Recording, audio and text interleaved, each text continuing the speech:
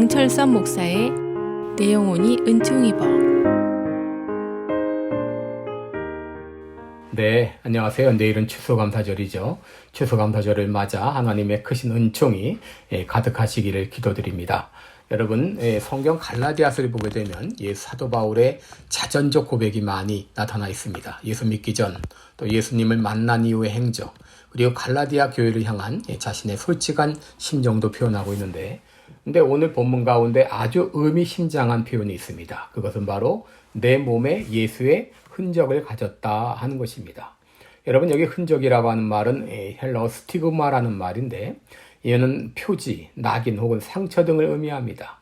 여러분, 이 소의 경우 소의 품질을 매기는 쇠도장을 달고서 낙인을 찍는데, 사도 바울은 자신의 몸에 이와 같은 예수님의 흔적이 있다고 말한 것이죠.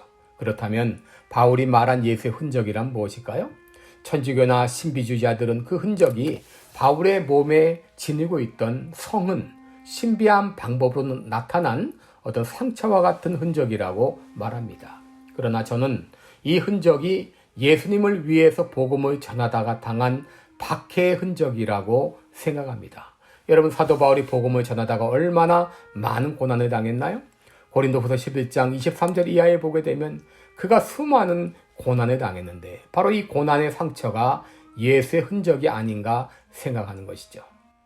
여러분, 그렇다면 우리 신실한 성도들에게 나타나야 할 예수의 흔적은 무엇일까요? 저는 그 흔적이 기쁨과 감사의 삶이라고 생각합니다.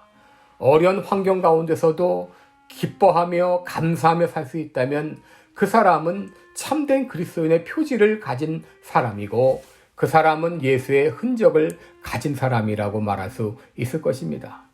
여러분, 욥은 갑작스럽게 재산 다 잃고 자녀들 잃고 사업도 망했고 자신도 악창으로 고통을 당했지만 그는 주신 자도 여호와시요 취하신 자도 여호와시니 여호와의 이름이 찬송을 받으실지어다 라고 고백했습니다. 다니엘 선지자는 이 조서에 어인이 찍힌 것을 알고도 자기 집에 돌아가서는 그 방의 예루살렘을 향하여 열린 창에서 전에 행하던 대로 하루 3번씩 무릎을 꿇고 기도하며 그 하나님께 감사했다라고 말했습니다. 바울과 실라는 복음을 전하다가 아무 죄 없이 억울하게 깊은 감옥에 수감되었지만 그럼에도 불구하고 그는 원망하거나 불평하지 않고 오히려 하나님께 기도하고 찬송했다고 했습니다. 손양원 목사님은 공산 좌익 학생에 의해서 자기 두 아들이 총살로 죽임을 당했지만 그럼에도 불구하고 아들들의 장례식에서 10가지 감소 제목으로 하나님께 영광을 돌렸습니다. 여러분, 진정 참 예수님의 흔적은 어떤 상황에서도 감사할 수 있는 사람, 그 사람이야말로 예수의 흔적을 가진 사람이라고 말할 수 있을 것입니다. 그렇다면 우리는 어떻게 어떤 상황에서도 기뻐하며 감사하며 살 수 있을까? 제가 오늘 2가지를 말씀드립니다. 첫째로, 나의 옛사람은 예수님과 함께 죽고 새 사람으로 거듭났음을 믿으라고 하는 것입니다. 갈라디아서 6장 14절에 보면 사도 바울은 그러나 내게는 우리 주 예수 그리스도의 십자가 외에는 자랑할 것이 없으니 그리스도로 말미암아 세상이 나를 대하여 십자가에 못 박히고 내가 또한 세상을 대하여 그러하니라 라고 했습니다. 여러분, 사도 바울은 십자가만 자랑한다고 했습니다. 그 이유는 예수님께서 십자가에 못 박히실 때 자신의 옛사람도 십자가에 함께 못 박혔다는 것을 말하는 것이죠. 여러분, 예수 믿는 사람들은 십자가의 사람입니다. 불평과 원망의 옛사람은 예수님과 함께 죽었습니다. 그리고 우리들은 감사할 수밖에 없는 새 사람으로 거듭났습니다. 그러므로 그리스도인들은 십자가 외에 자랑할 것이 없습니다. 십자가만 자랑하며 살 때 어떤 상황에서도 감사할 수 있고 따라서 나의 삶 가운데 예수의 흔적이 나타나게 될 것입니다. 둘째로, 우리 하나님은 나를 위해서 가장 좋은 것을 제공하시는 분임을 믿는 것입니다.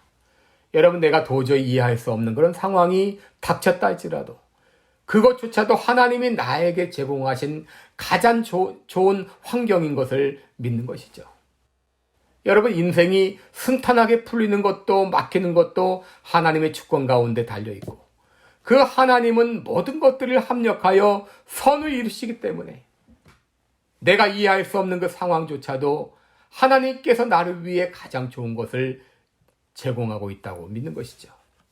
그럴 때 우리들은 어떤 상황에서도 기뻐하며 감사하며 살 수 있습니다. 여러분, 그리스도인들은 예수의 흔적을 가진 사람이어야 합니다. 그런데 그 흔적이 무엇인가요? 어떤 상황에서도 기뻐하며 감사하며 살아가는 것이죠.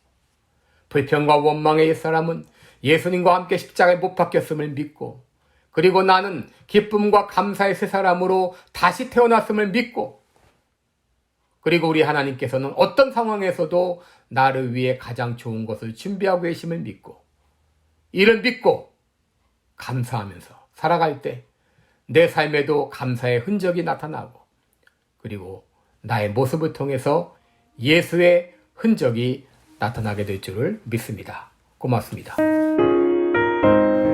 지금까지 시카고 빌라델비아 교회를 섬기시는 방철선 목사의 내용온이 은총이버였습니다.